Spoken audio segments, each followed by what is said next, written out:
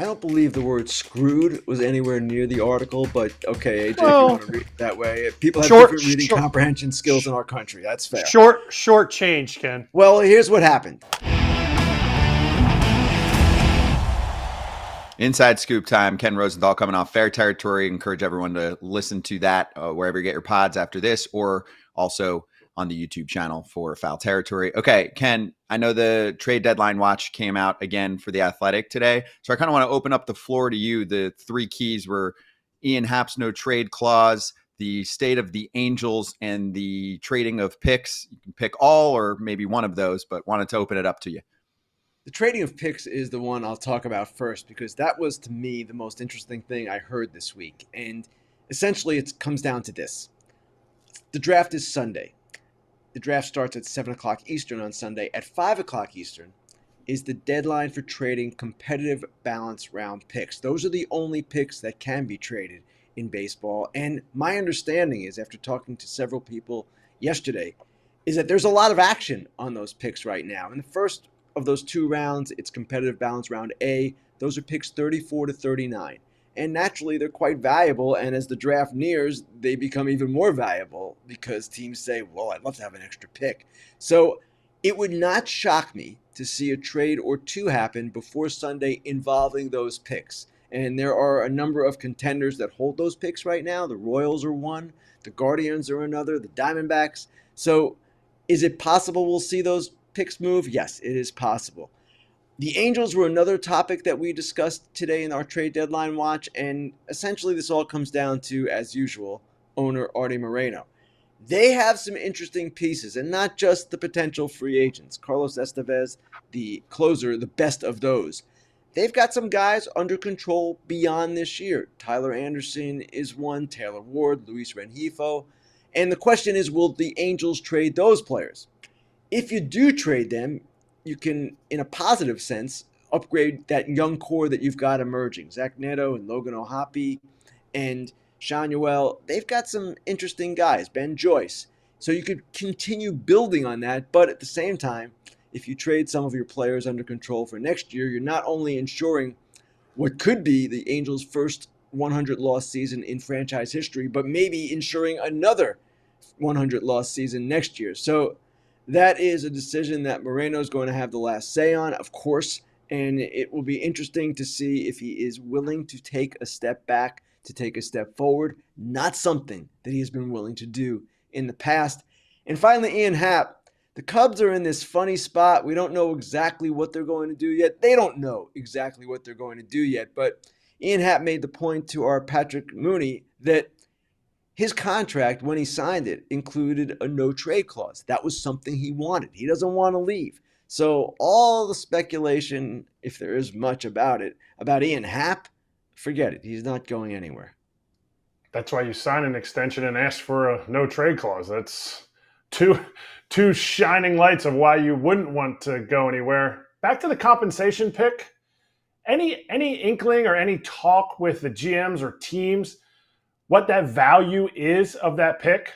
Like to them, obviously, everyone loves draft picks, but you're outside of the first round. You're not getting first rounders. But is there like a value that they've placed on it? And is this going to be like super exciting, or is it kind of going to be built up to be nothing that we don't, that we've never seen before? I don't know about super exciting. I wouldn't put it that in those terms. This started in 2012. 2013 was the first year of the competitive balance round picks. 2012 was the first time you could trade them. Since then, according to Stats Perform, there have been 26 trades involving those picks, and only 4 were within a month of the draft. So it hasn't really spurred an amazing amount of action, but it has happened at times. And again, Eric, when I surveyed teams yesterday, they were saying, yes, we're getting action on those picks. And other teams were saying, we want those picks. Now, as for the value of them, that's a really interesting question because different teams assign different values to these picks. Now, there's a monetary value, the slot value, and when you trade for one of these picks, you get that value as well.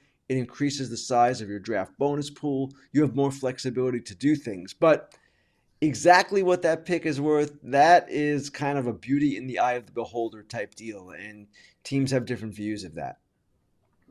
And just a reminder to everyone, Northside Territory has great insight on what the Cubs might be able to trade away at the deadline by colleagues of Ken over at The Athletic, Sahadev Sharma and Patrick Mooney. And there's a little QR code there on the screen. If you just flash that, you can go over to the podcast page. All right, AJ, you take over for next.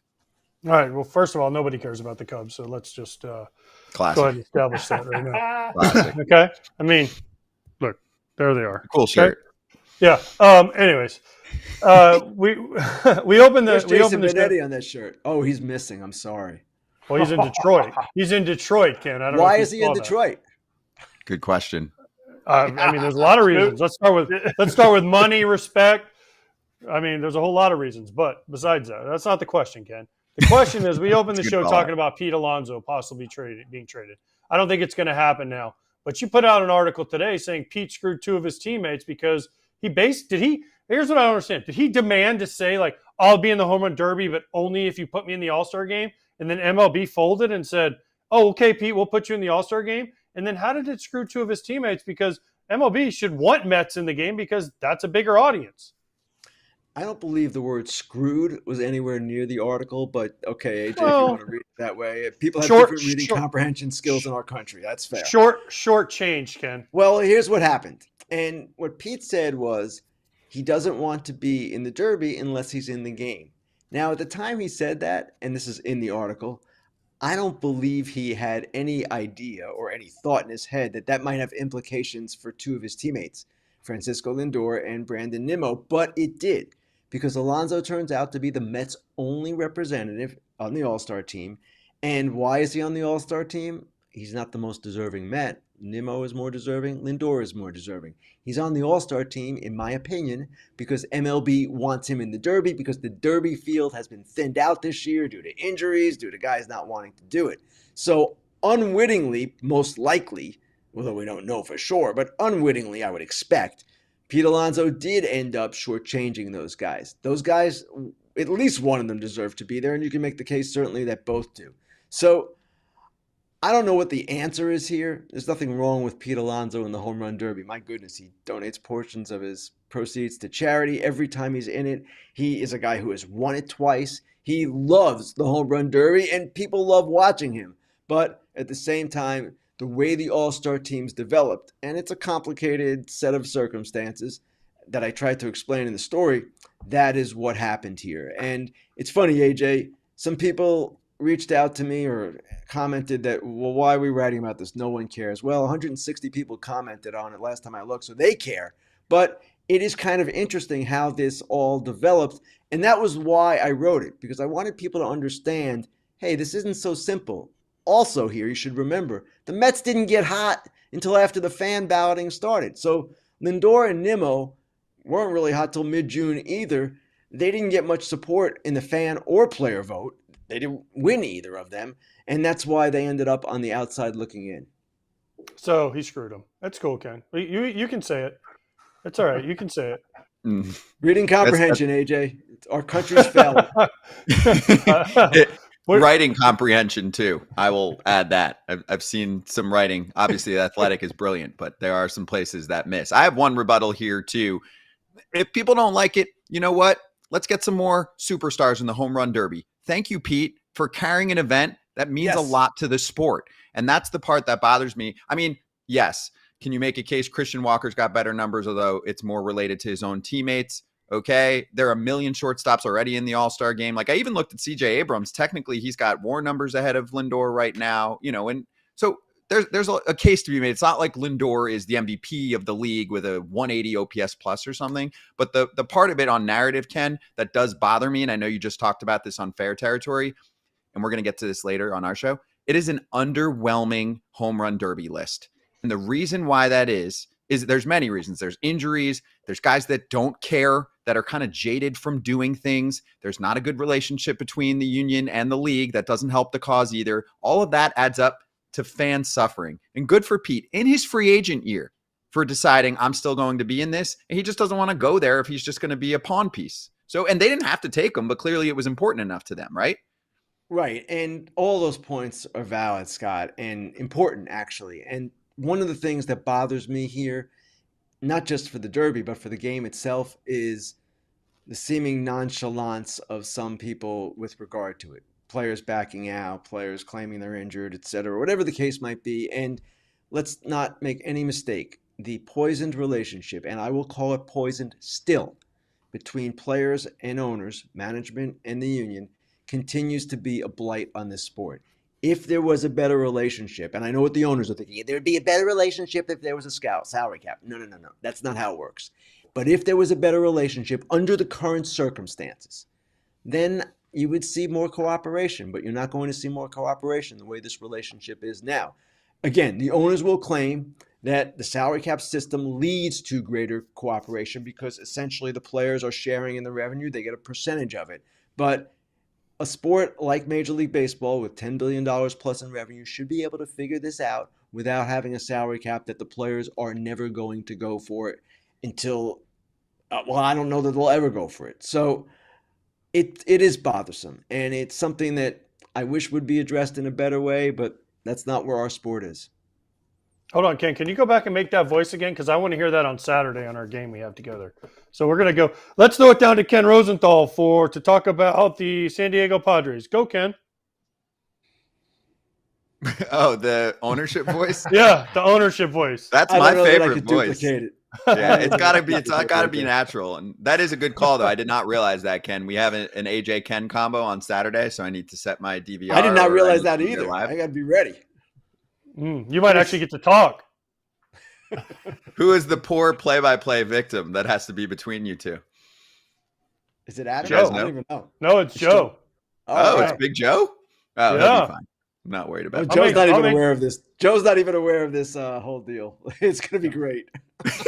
Joe was on Dodgers territory this week, so if anyone wants to check that out, he was great with the kiddos.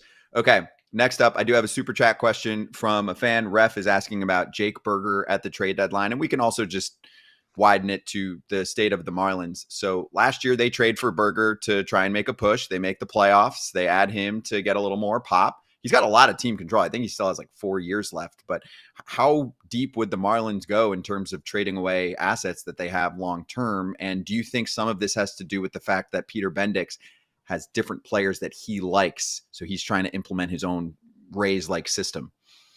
I imagine, actually, I don't even imagine. I know the Marlins will listen on anyone and everyone. Now, there are price points for different players. Potential free agents like Tanner Scott will certainly go. Jazz Chisholm, who has more control, will almost certainly go. Jake Berger, probably less of a chance because they've got others up above him in the pecking order. But certainly, if they get the right offer for Jake Berger's going to. And yes, it's a new regime. Jake Berger was acquired by the old regime, and the new regime generally wants their own guys. Now, it's not always the case, and certainly there are exceptions when a player is really good, as Jake Berger can be. So I don't know that I would expect him to be traded, but with the Marlins, anything goes. Yeah, I like that. One more for you. The Cardinals were taken down the last couple games here yesterday in the doubleheader.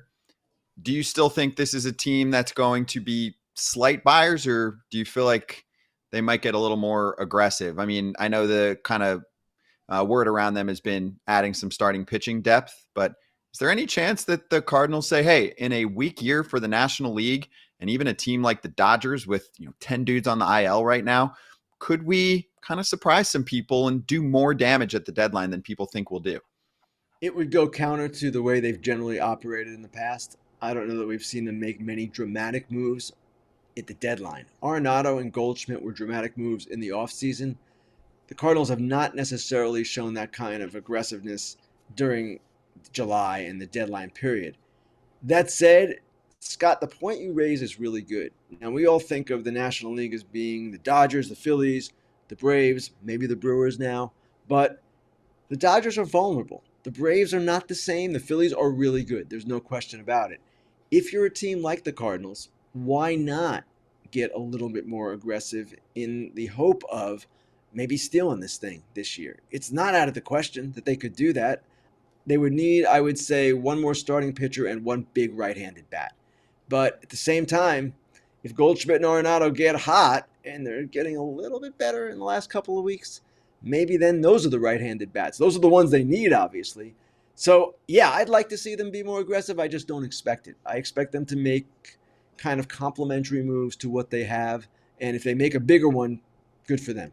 Yeah, and also look at what wildcard teams have done the last couple of years, whether you believe in that trend or not. I mean, the Diamondbacks are an easy example for a team like the Cardinals that could suddenly go on a run in the playoffs and get hot at the right time, especially if Goldie and Arenado suddenly kind of come back to life at some point too. Ken, thank you very much. Cardinals don't do this though.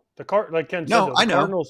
The Cardinals just don't do this. They don't spend this much. They don't usually waste prospect capital during the season. It's just not the way, at least under Mozeliak, the way they've ever done it. So we'll see. It'd be great for them to do it. Fans would love it because they would be like, wait, we're actually trying. We're not going middle of the road like we always do. So it'd be cool to see, but it's like, will the Pirates make a move? Probably not.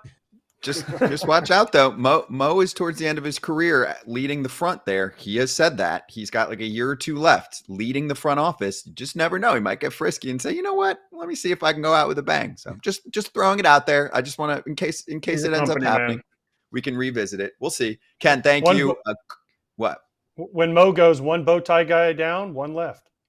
Yeah, and you'll see him on Saturday matching up against AJ Pierzynski. Not my last year, AJ. That's what I'm saying. One's going to be gone. One's going to be left. AJ versus Ken. Oh, and the Braves versus the Padres on Saturday. You can watch AJ and Ken on Fox. Thanks, Ken. We will see you soon. Guys. Appreciate you. And you can see Ken on Fair Territory. Today's episode was great with Alana Rizzo. Obviously, every Thursday, the show is live, 12:30 Eastern time on Thursdays. We're staying here for a couple minutes while the other audience on TV is chilling. We've got Todd Father with the full setup. So this is how the original Manscaped kit gets sent. And that's a nice message there too. Your balls will thank you. Hey, what is that? Your balls will thank you. Yes. All right, dudes. Great kit. So Manscaped has their newest package, the Performance Package 5.0 Ultra.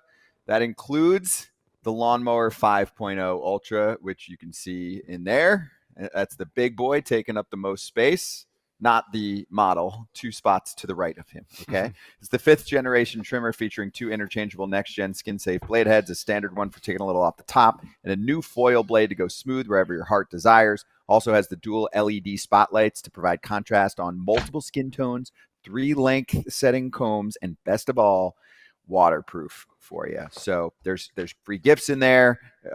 Behind all of the cool stuff that Todd Father was showing, there's the boxers and the Shed travel bag. So you can get a piece of this. Join the 10 million men worldwide who trust Manscaped with the exclusive offer, 20% off plus free shipping when you go to manscaped.com and use code FOUL, FOUL20. It's summertime at Manscaped. And AJ, I think I took apart some of your Manscaped package. Equipment. You took it. I got it and you took it. So I don't have one. Hey, everybody. Be sure to like and subscribe for more content. We're back here every weekday, all year long, so do not miss an episode. The videos are coming in all day. Here's another video you might enjoy. Baseball the way it should be covered.